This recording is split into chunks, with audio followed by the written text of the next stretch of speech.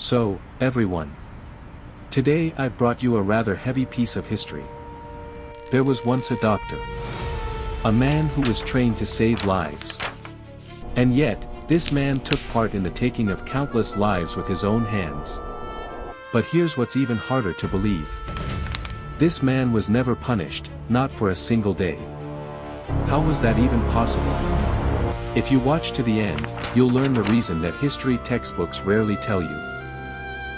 This is a story we have to remember, so that the same thing never happens again. The story goes all the way back to 1925. At that time, the whole world made a promise: biological and chemical weapons are too cruel, so let's never use them in war. That was the Geneva Protocol. Most countries said, right, that's something we should never do. But one Japanese military doctor thought the exact opposite. If the entire world is banning it, doesn't that mean it's that effective? This man's name was Shiro Ishii. He is the central figure of today's story. He was intelligent.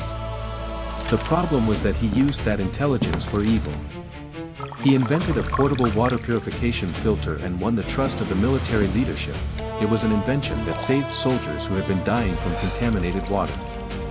The military opened up its funding and sent Ishii to occupy China. But what he truly intended to do there was not about water purifiers at all.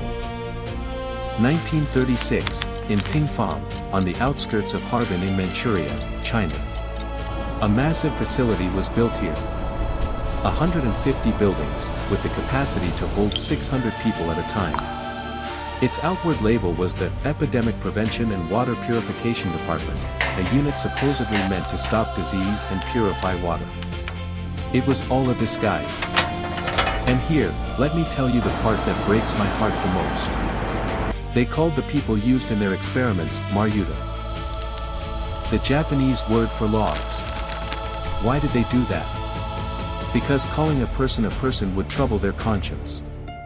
So they changed the word, this is not a person, it's a log, and deceived their own minds.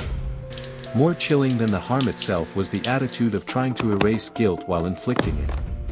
Most of these people were Chinese civilians and prisoners of war. And among them were women and children. From here on, I'll stick only to historically confirmed facts, without any graphic descriptions. At this facility, medical experiments were carried out on living human beings.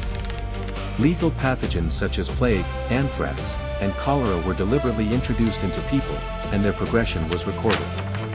The effects of extreme conditions on the human body were also measured, all in the name of data. This is not something I made up. It is history confirmed by U.S. government documents released after the war, and by the testimony of the participants themselves. But this did not end within the walls of the facility. This unit used the weapons it created on actual cities. From aircraft, they scattered disease-infected fleas over Chinese cities. In 1940, what fell on the town of Tsuzhou was not explosives, but containers filled with infected fleas. Witnesses testified that a fine, dust-like substance settled over the town that day, and a few days later, an epidemic began to spread.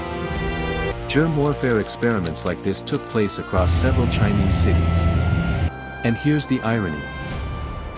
There are records that thousands of Japanese troops themselves died from the cholera they had spread. Because germs don't distinguish between enemy and ally. The war was coming to an end. So what did these men do?